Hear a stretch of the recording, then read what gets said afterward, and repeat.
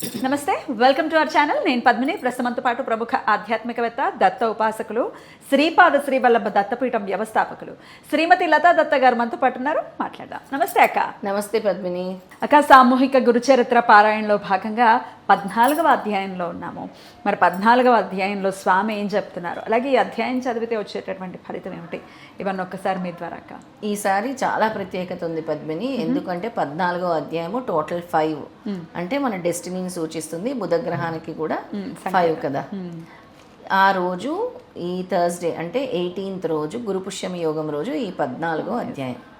దీని యొక్క ఫలితము చాలా బాగుంటుంది. అంటే మాకు విధి వక్రించింది, మేము చాలా ప్రాణాపాయ స్థితిలో ఉన్నాము, ఆటంకాలు ఉన్నాయి, మా జీవితానికి గమ్యం ఏది అంటే ఆ రోజు గురువుని గట్టిగా పట్టుకోండి.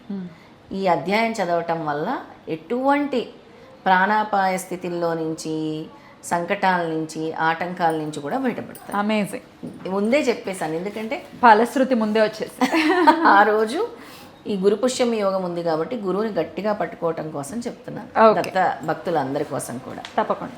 14వ అధ్యాయం శ్రీ గురు చరిత్ర. 14వ అధ్యాయం శ్రీ గణేశాయ నమః, శ్రీ సరస్వతి నమః, శ్రీ గురుభ్యో నమః. నామధారకుడు ఇలా అడిగాడు, స్వామి అటు తర్వాత శ్రీ గురుడు ఏమేమి చేశారు చెప్పండి అని అడిగాడు. సిద్ధయోగి ఇలా వివరించారు. భోజనాలు అయ్యాక సాయం దేవుడు శ్రీ గురుని పాదాలెత్తుతూ, సద్గురు, మీ పాదసేవ వలన నా జన్మ సత్కర్మలు సార్థకమయ్యాయి. మీ అనుగ్రహం వలన నా పితృదేవతలు కూడా తరించారు. ధన్యుణ్ణి. మాయ చేత మానవులా కనిపిస్తున్నారే గాని మీరు సాక్షాత్తు భక్తులను ఉద్ధరించడానికి అవతరించిన భగవత్ స్వరూపాలే. మీ మహిమ వేదాలకే అంతుపట్టనిది. అట్టి మీకు సేవ చేసే అవకాశం నాకు గ్రహించి నా వంశాన్ని పావనం చేశారు. కానీ నాదొక విన్నపం ఉన్నది. ప్రస్తుతం నేను ఒక కష్టంలో ఉన్నాను. వేరే దారి లేక నేను ఒక యవనరాజు సేవలో ఉన్నాను. ఇతడు నరరూప రాక్షసుడే. అతడు ప్రతి సంవత్సరం ఒక బ్రాహ్మణుని చంపుకు తింటాడు. నన్ను బలివ్వాలని తలిచి ఇంతకు ముందే నాకు కబురు పంపాడు. నేను ఇప్పుడు అతని వద్దకు వెళ్ళాలి, తప్పదు, నన్ను మీరే కాపాడాలి అని అడిగాడు. శ్రీ గురుడు అతని తలపై చేయి పెట్టి ఆశీర్వదించి, నాయనా భయపడకు, ఆ యవనుడు నిన్నేమీ చేయలేడు. భగవంతుడు సర్వానికి యజమాని. నీవు అతడి చేత సత్కరింపబడి సంతోషంగా తిరిగి వస్తావు. నీవు వచ్చేదాకా మేము ఇక్కడే ఉంటాం. దీర్ఘాయుష్మాన్ భవ అని ఆశీర్వదించి పంపించారు. ఈ పేరా వల్ల మనకి ఏమర్థమవుతుంది, ఎటువంటి ప్రాణాపాయ సంకటాలు వచ్చినా, ఎటువంటి అంటే అంతవరకు ఇప్పుడు ఈయన చచ్చిపోతాడు, బ్రాహ్మణుణ్ణి నరికేస్తాడు అని చెప్పాడు కదా యవనరాజు. అలాంటి ప్రాణాపాయ సంకటం నుంచి బయట వేయబోతున్నారు స్వామి. ఎలా వేయబోతున్నారో చూద్దాం. సాయం దేవుడు శ్రీగురుని మాటలు విని సంతోషంతో యవనరాజు వద్దకు వెళ్ళాడు. తాను కబురు పంపగానే రాకుండా ఆలస్యం చేసినందుకు కోపంతో రాజు అతన్ని చూస్తూనే లోపలికి వెళ్ళిపోయారు. సాయం దేవుడు భయంతో శ్రీగురిని ధ్యానించాడు. అంతఃపురంలోకి వెళ్ళిన రాజు అంతలోనే నిష్కారణంగా భయము, చనిపోతానన్నంత బాధ కలిగింది ఆ రాజుకి. స్పృహ తప్పి పడిపోయాడు. అప్పుడు అతనికి ఒక స్వప్నం వచ్చింది. ఒక బ్రాహ్మణుడు అతన్ని ముక్కలు ముక్కలుగా కోస్తున్నట్లు కనిపించింది. విపరీతమైన బాధ కలిగింది.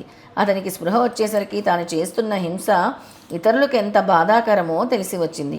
పశ్చాత్తాపంతో అతడు బయటకు వచ్చి సాయం దేవుని పాదాలపై పడి, అయ్యా మిమ్మల్ని నేను పిలిపించలేదే, మీరు ఇంటికి వెళ్ళవచ్చు అని వస్త్రభూషణధారులతో ఘనంగా సత్కరించి పంపాడు. సాయం దేవుడు శ్రీగురుని కృపకు పట్టరాని ఆనందంతో త్వరగా తన గ్రామం చేరి శ్రీగురునితో జరిగినదంతా చెప్పారు. ఆయన సంతోషించి, నాయనా మేము పుణ్యతీర్థాలు దర్శిస్తూ దక్షిణ దిక్కుగా వెళ్తాము.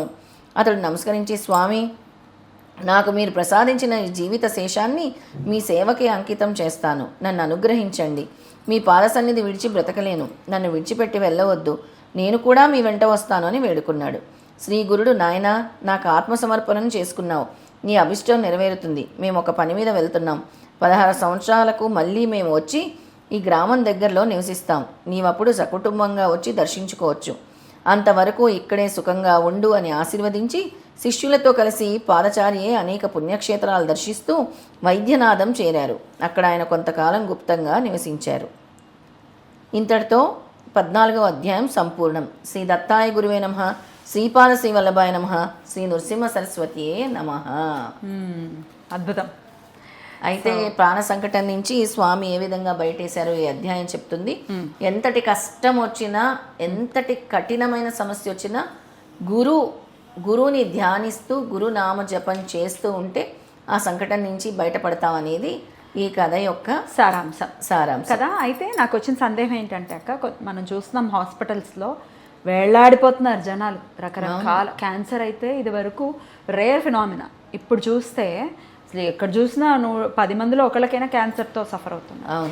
సో అసలు ఇలా ఐసీయూలో ఉన్నారు, ఇంకా మా వల్ల కాదు అని డాక్టర్స్ చెప్పేశారు అన్నప్పుడు ఈ ఒక్క అధ్యాయం చదవచ్చా కంటిన్యూస్గా? ఈ 14వ అధ్యాయం ఒక 41 రోజుల పాటు కంటిన్యూస్గా పారాయణం చేయొచ్చు. ఏదైనా మండల దీక్ష అంటారు స్వామి, ఆ మండల దీక్షను చేపట్టి ఇది ఒక్కటే అధ్యాయం కూడా చదువుకోవచ్చు. రైట్, అలా అయినా చేయండి, స్వామి అనుగ్రహాన్ని పరిపూర్ణంగా పొందండి. అలాగే మీరు 52 వారాలని మనం ఎలాగో సామూహికంగా చేస్తున్నాం కదా, మర్చిపోకుండా కమెంట్ సెక్షన్లో మేము 14వ అధ్యాయం కంప్లీట్ చేశాము జై గురుదత్త అంటూ కూడా కమెంట్ చేయండి. మేడం కూడా చూస్తున్నారు, అన్ని కమెంట్స్ చేస్తున్నారా లేదా అని, చాలా సిస్టమేటిక్గా ఫాలో చేస్తున్నారు. సో ఖచ్చితంగా రాయండి. చాలా చాలా కృతజ్ఞతలక్క, చక్కగా చదివి వినిపించారు. జయ గురుదత్త, నమస్తే. జయ గురుదత్త. అందరికీ దత్తానుగ్రహం ప్రాప్తిరస్తు. గురు పుష్యమి యోగం సందర్భంగా గురు అనుగ్రహం, దత్తానుగ్రహం, శ్రీపాద శ్రీవల్లభ స్వామి అనుగ్రహం అందరికీ కూడా లభిస్తుంది. Thank you.